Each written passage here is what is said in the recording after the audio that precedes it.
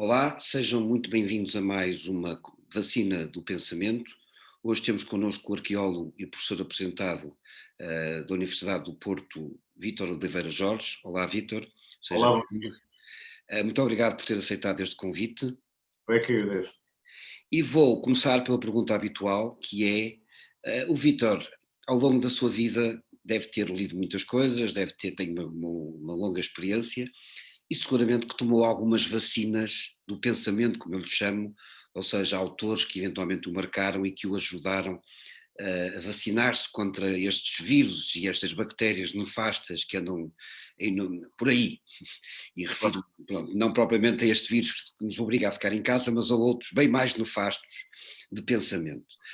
E é nesse sentido que eu lanço o repto e peço um pouco, partilhe connosco que vacinas foram essas e porque é que acha que elas foram tão importantes e o vacinaram. Passo da palavra. Ora, obrigado. Tenho imenso gosto em voltar a falar consigo e em participar nesta sua iniciativa tão positiva. É claro, eu já vou fazer em janeiro próximo 73 anos, não é? E aprendi a ler muito novo. A leitura é a minha vacina, não é? A leitura, principalmente, depois com a sociedade da informação ou esta possibilidade que temos hoje de acesso à internet, completo essas leituras com a audição muito frequente, agora que estou aposentado, não é? Tenho mais tempo, de muitos vídeos que às vezes me completam muita informação dos livros, quer dizer, vídeos com conferências ou até às vezes palestras de pessoas muito interessantes que tenho vindo a descobrir e que praticamente todos os dias descubro. Eu tenho gatos, de maneira que tenho aqui um gato que tem mais importância cá em casa do que eu, de maneira que vou abrir a porta, que ele está aqui a raspar-me. Esteja à vontade. Eu tenho o mesmo problema com a minha cadela. Também tenho uma cadela que também é muito importante. E Não, tenho um gato também. os gatos, aqueles são até capazes de começar a miar, mas vamos lá ver. Preocupe. Não, mas, portanto, como já tenho uma longa trajetória, eu vou dar uma ideia genérica e depois atualizada do que é que eu agora ando à procura. Ok?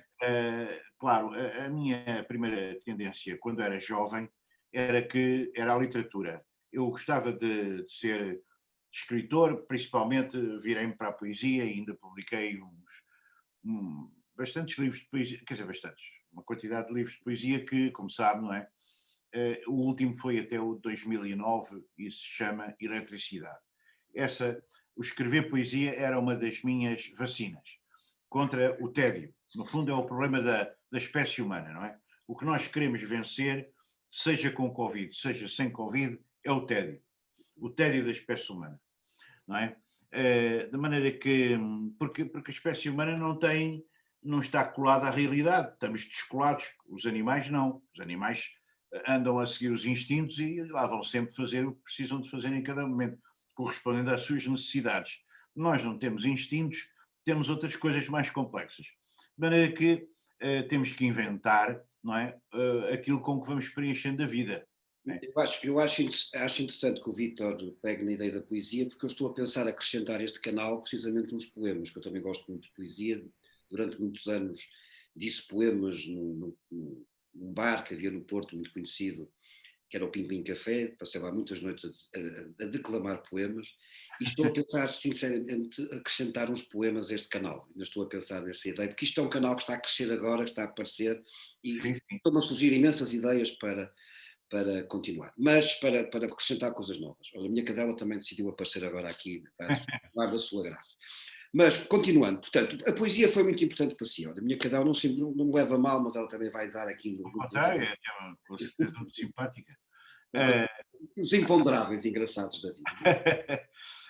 Não, mas a coisa é a seguinte, é que com o tempo apercebi-me, isto já muito mais recentemente, que eu depois tive que abarcar ou abraçar a arqueologia e particularmente a arqueologia pré-histórica.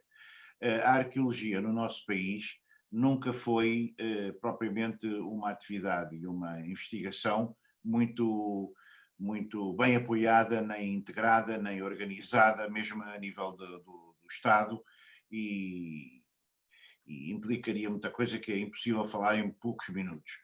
Mas, de qualquer maneira, portanto, como escolhi isso como tema de tese de licenciatura que na altura tinha que se fazer, e mais tarde como tese de doutoramento, naturalmente já na Faculdade de Letras do Porto, e como a universidade dava-nos apenas uma coisa a nós, na altura, que era bastante boa, que eram 3 anos de dispensa de serviço, não é? Com direito a salário, para podermos fazer a tese de doutoramento. Portanto, aí enfronhei-me, digamos assim, profundamente em alguns temas de arqueologia pré-histórica, mas agora que tenho esta idade e que passou muito tempo sobre isso, eu continuo a trabalhar como arqueólogo. Aliás, ainda o ano passado participei em escavações. Apesar da minha idade, ainda estou relativamente capaz fisicamente para me meter num trabalho tão duro, com outros colegas. Claro, é um trabalho de equipa. Eu sou apenas um dos responsáveis por esses trabalhos, já no Alto Douro, muito longe daqui de onde agora vivo. Mas, quer dizer, a arqueologia. Mas diga uma coisa, depois dentro da arqueologia houve assim autores que o marcaram profundamente e que serviram de alguma maneira como Sim, sim. tais vacinas? Sim, sim, sim, sim. Desde o tempo de liceu tive sorte de ter um professor, aliás, um professor que depois foi meu colega na Faculdade de Letras do Porto, o Álvaro Machado dos Penedos, que foi meu professor no 4º ano de liceu e que me indicou o Gordon Child. O Homem Faz a Si Próprio, por exemplo, foi um livro em inglês. A tradução portuguesa não correspondia exatamente ao original inglês. Era na editorial Cosmos, suponho, e a editorial Cosmos abarcou ou incluiu nessa tradução partes de alguns livros do Gordon Child. Mas foi traduzida pelo professor Jorge Macedo, era uma boa tradução, não é? Ele traduziu, aliás, também um outro livro, A Pré-História da Sociedade Europeia, do Gordon Child, para a coleção de bolso portanto, foi pelo Gordon Child que eu comecei e que me apaixonei pela arqueologia, porque a questão é esta: há um aspecto empírico muito terra a terra no gosto pela arqueologia, que é não ficar metido em arquivos, nem ficar metido em bibliotecas só. Bibliotecas gosto muito, mas só nisso não. Eu precisava de ir para a natureza, digamos assim, Ao terreno, sim, sim. ao terreno. Tenho esse amor do terreno, até porque, como fui sempre urbanita, eu nasci em Lisboa, vivi em Campo de Ourique, depois vivi em Alvalade, depois fui para o Porto, enfim, depois de uma passagem por Angola, onde estive também a dar aulas, mas aí no início da minha carreira. Mas isto para dizer que eu nunca vivi, não sou uma pessoa do campo, sou uma pessoa da cidade, mas tive sempre um grande desejo de conhecer o outro lado da vida, que era o campo, não é? E isto de fazer arqueologia em ambiente rural, em ambiente exterior à cidade, é um prazer extraordinário. E quando um sítio nos exige muito tempo de reflexão e de trabalho, de estudo, de investigação, nós arqueólogos que trabalhamos em equipa, outro aspecto extremamente interessante, porque é um grupo, não é? É como se estivéssemos a fazer cinema, não é? Há sempre um trabalho de equipa, de colaboração muito íntima e de discussão do que é que se deve fazer no próprio local, de improvisação. É um trabalho fantástico e esta necessidade do campo é uma necessidade muito grande que eu tenho. Quer dizer, não viver. Mas porquê é que o Gordon Child foi tão importante para si? O Em Gordon termos Child foi muito importante para mim porque o Gordon Child não era um indivíduo que se limitava a descrever a história ou a pré-história ou da civilização ou daquilo que antecedeu a civilização, as chamadas sociedades primitivas, não é? Nós classificamos assim. Não, é porque ele chamava a atenção para problemas intrínsecos do que é a sociedade, do que é o ser humano, do que é a evolução social. O Gordon Child era um indivíduo que misturava várias influências marxistas, mas nunca bem vistas pela então nomenclatura da União Soviética, misturava isso com o evolucionismo, era um evolucionista, tem um livro muito célebre chamado A Evolução Social, que foi traduzido cá, e também. eu estudei em antropologia. Como? Eu também o estudei em antropologia. Mas claro. E também tem no fundo, em termos de história da arqueologia, ele integra-se naquilo que nós chamamos o histórico-culturalismo, que é muito dividir a realidade social do passado em culturas que iam ocupando determinado tempo e determinado espaço. e, portanto, eram os atores da história na pré-história, porque na pré-história, evidentemente, é impossível encontrar E também atores dá profissionais. muita importância ao aparecimento da tecnologia e como isso transforma a sociedade. Exatamente, exatamente. Aliás, o título diz tudo, não é? O homem faz-se a si próprio, um materialista e uma pessoa que considera que o ser humano se fez fazendo objetos, Nessa fazendo tecido. dialética, nessa dialética. É o mediador, o objeto é o mediador dessa tomada de consciência do homem progressiva ao longo do tempo. Mas, digamos, aí ficaram os germens de um interesse que me fez escolher, quando foi da minha tese de licenciatura, as primeiras indústrias ou os primeiros objetos que o ser humano tinha feito no nosso território, porque a tese tinha que saber, tinha que se, tinha que incidir sobre uma área que eu pudesse, até nem tinha carro, não é? Aliás, só tive carro, só comprei um carro, o que é uma coisa, um instrumento essencial para um arqueólogo, depois de me doutorar em 83, doutorei-me em 82, aí no Porto, e foi aí que tirei a carta, essa coisa toda. Portanto, eu tinha que andar de todas as maneiras para poder fazer a minha tese de licenciatura, e foi uma experiência extraordinária, porque foi sobre o Paleolítico Antigo e Médio da região costeira, entre Santa Cruz ao norte, nas praias, sempre na zona litoral, entre Santa Cruz ao norte e Vila Nova de Mil Fontes ao sul, e percorri essa zona toda com colegas e amigos, com um grupo que formámos aqui em Lisboa, informal, que foi toda uma aventura. Isto dava para muitas entrevistas Imagino que sim. E ao nós Diniz. temos que ser sucintos, porque senão os espectadores vão-se embora, sabe como é que são os internautas. E eu, nesse sentido, eu iria mais agora para o presente, porque eu sei que o Vítor nunca parou de tomar reforços, digamos assim, muitas vacinas ao longo da vida, e sei também que muito recentemente, até porque eu frequentei alguns dos seus cursos, o Vítor começou a se entusiasmar muito pelas vacinas da filosofia, da psicanálise, Sim, e nesse sentido eu gostava porque isso de facto também é uma lição para todos nós, é um exemplo para todos nós, porque o Vítor nunca parou. E nesse sentido, gostava que me falasse um pouco das últimas vacinas que anda a tomar. Eu sei sim, que são muito, muito entusiasmantes para si. Eu sim. sei que toma com gosto. Ora bem, isso remonta a 2006. Eu uma vez vim a Lisboa até apresentar, creio que no Centro Nacional de Cultura, alguém iria apresentar um livro meu de poemas, creio eu, e, e vim então a Lisboa, e entro na FNAC do Chiado e vejo um livro. Estava a preparar com um colega do Porto, de filosofia, uma das mesas redondas de primavera que nós aí organizámos, que organizámos 12 e publicámos 11. Eu A última já participei, não vou. participei. Exatamente, exatamente.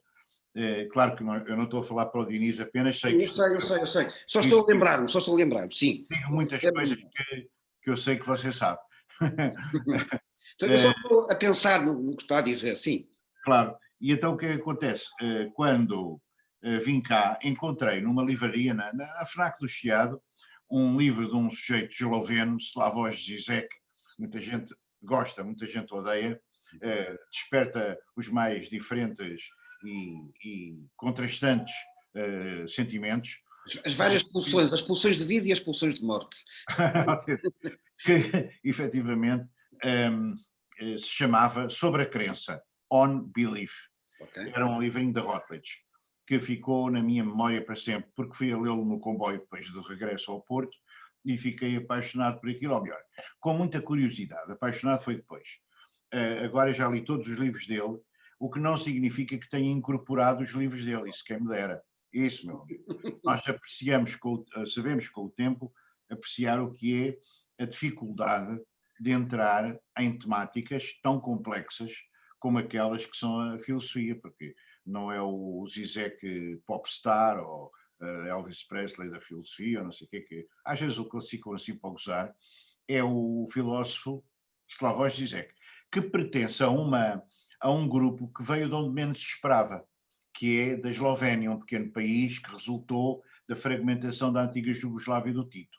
Mas eles lá na Eslovénia tinham algumas características que eram menos stalinistas, digamos assim, do que na União Soviética.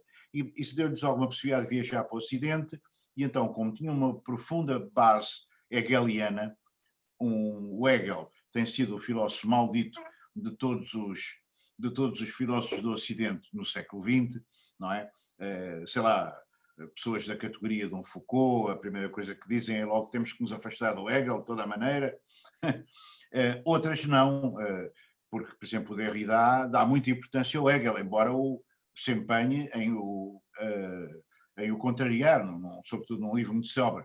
Entra numa conversa com ele, entra numa conversa, que é, no fundo... Quer dizer, o Hegel influencia, mas às vezes influencia subterraneamente, ou então influencia no sentido que temos que nos desligar deste gajo, porque é o filósofo do fim da história, é o filósofo do absolutista, é totalitário, é tudo aquilo que ele não é, porque foi mal lido. Foi introduzido aqui no Ocidente por o Kojève, em Paris, o Lacan, por exemplo, que é outro autor que eu também me interesso muito e que ando a estudar, aprendeu com ele, enfim, as pessoas tinham a ideia de que o Hegel, que nos últimos 20 ou 30 anos tem vindo a ser recuperado e reestudado, era aquilo que o Kojève, aqui em França, em Paris, não é?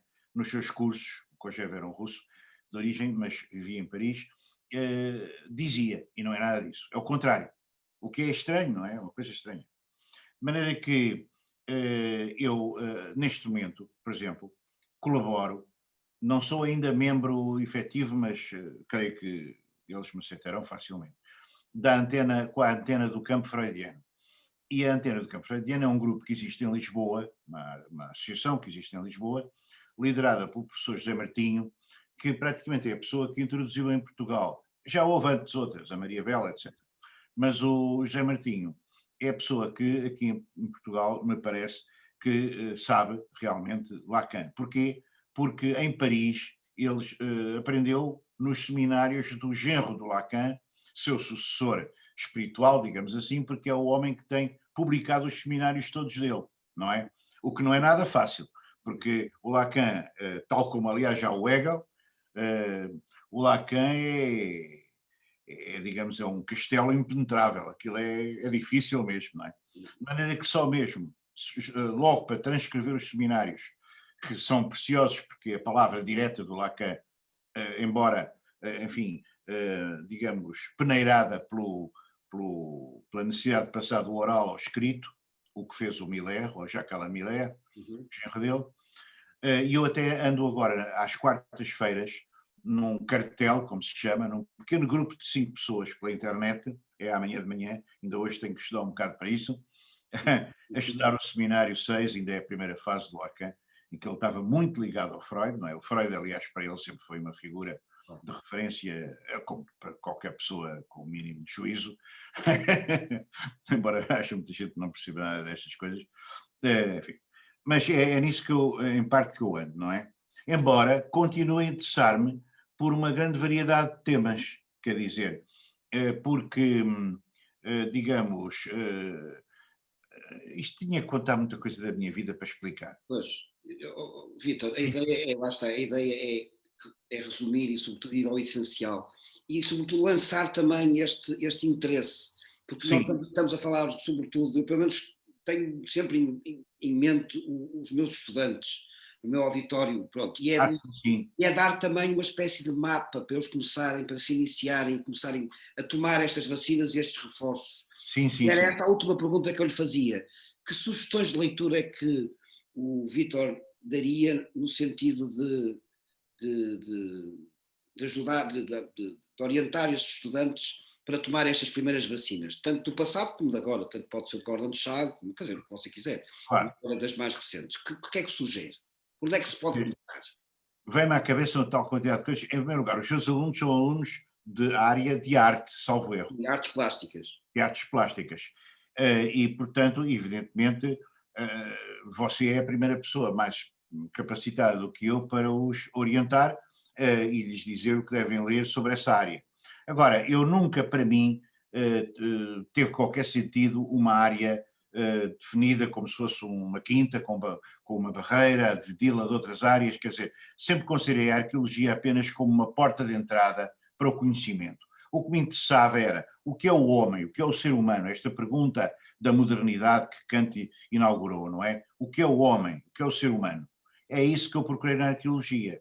O que é o laço social, o que é que faz com que as pessoas se unam e se juntem em sociedades onde, apesar de haver constantes antagonismos, rivalidades, até ao ponto da luta de classes que Marx falava, etc, etc, existe, apesar de tudo, um senso comum e um mínimo de coesão que nos permite viver num Estado, não é? Numa organização que nos dá uma certa segurança, porque não podemos viver na anarquia, etc.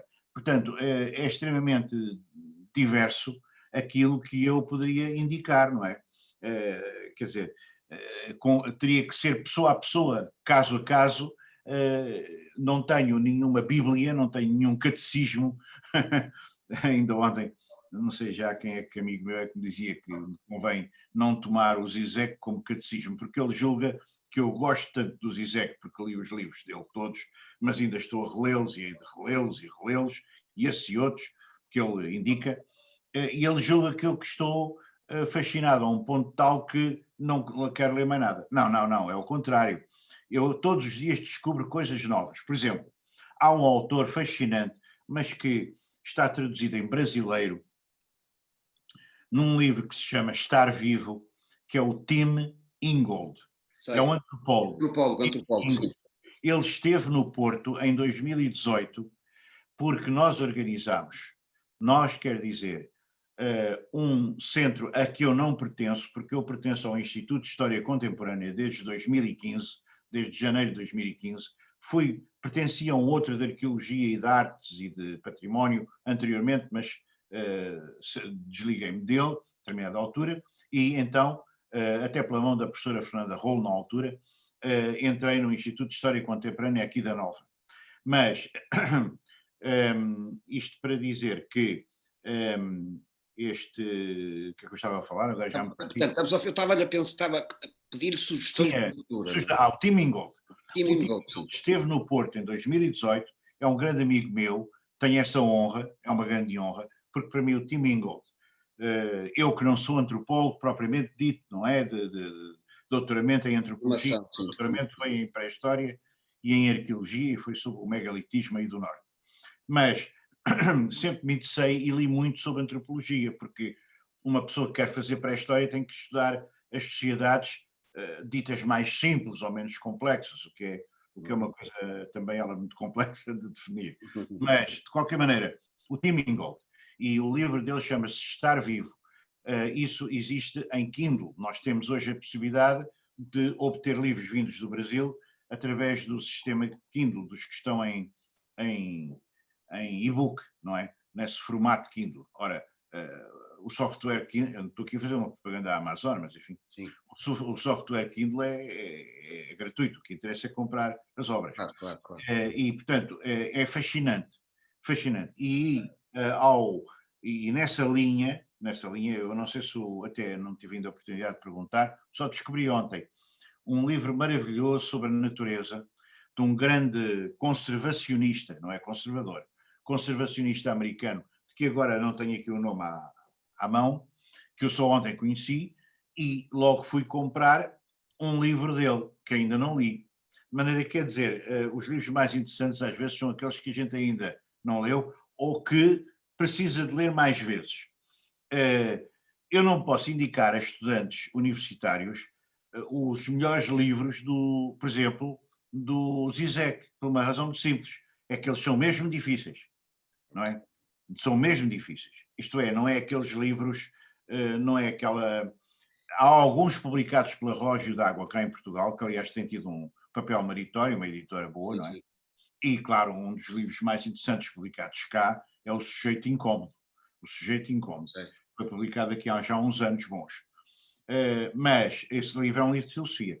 É um livro de filosofia, é preciso uma pessoa meter-se daquilo a sério. O Vítor está a tocar agora num ponto que eu acho importante, que é preciso... Eu percebo perfeitamente o que está a dizer, porque não me parece boa ideia dar estes mais contemporâneos, estes mais recentes, sem perceber, sem ter a base. Porque às vezes ficam baralhados, e é por isso que eu também criei este canal.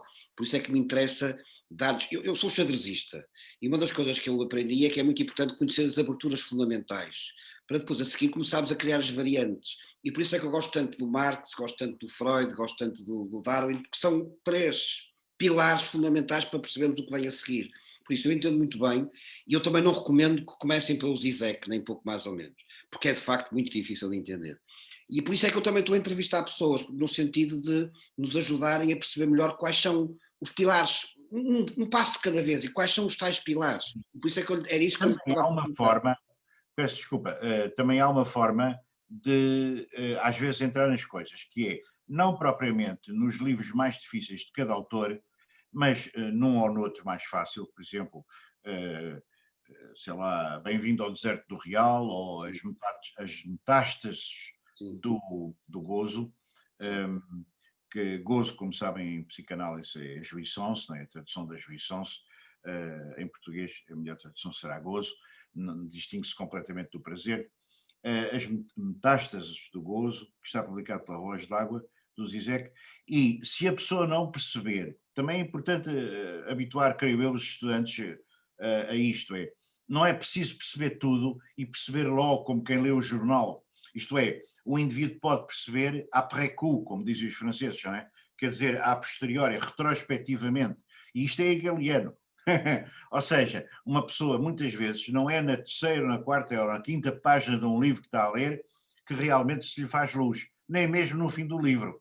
Aquele livro, se lhe tiver suscitado alguma curiosidade, não é? A pessoa vai depois tentar abarcar outras coisas. Portanto, a ideia que às vezes alguns estudantes têm, ou podem ter hoje em dia, sobretudo nesta sociedade funcionalizada que nós vivemos, tudo à pressa e tal, o fa presto, instalado como sistema, de que é preciso compreender logo tudo, não, não é preciso compreender logo tudo, o que é preciso é criar um espaço de desejo, no fundo, em torno da compreensão de determinadas coisas, que de princípio às vezes nos ficam um pouco enevoadas, mas isso. o nevoeiro vai-se dissipando e de uma maneira estranha, porque aí atua inconsciente, quer dizer, quando vamos ler a segunda vez, estranhamente, epá, mas aquilo que eu não tinha percebido agora é-me evidente, não é? Também a pessoa já é outra, e foi-se fazendo, Ora, e exatamente, voltamos ao Gordon Chag, e lembro também do Nietzsche, que o Nietzsche também preconizava esse tempo para exatamente, ruminar, para, não é, para deixar que a coisa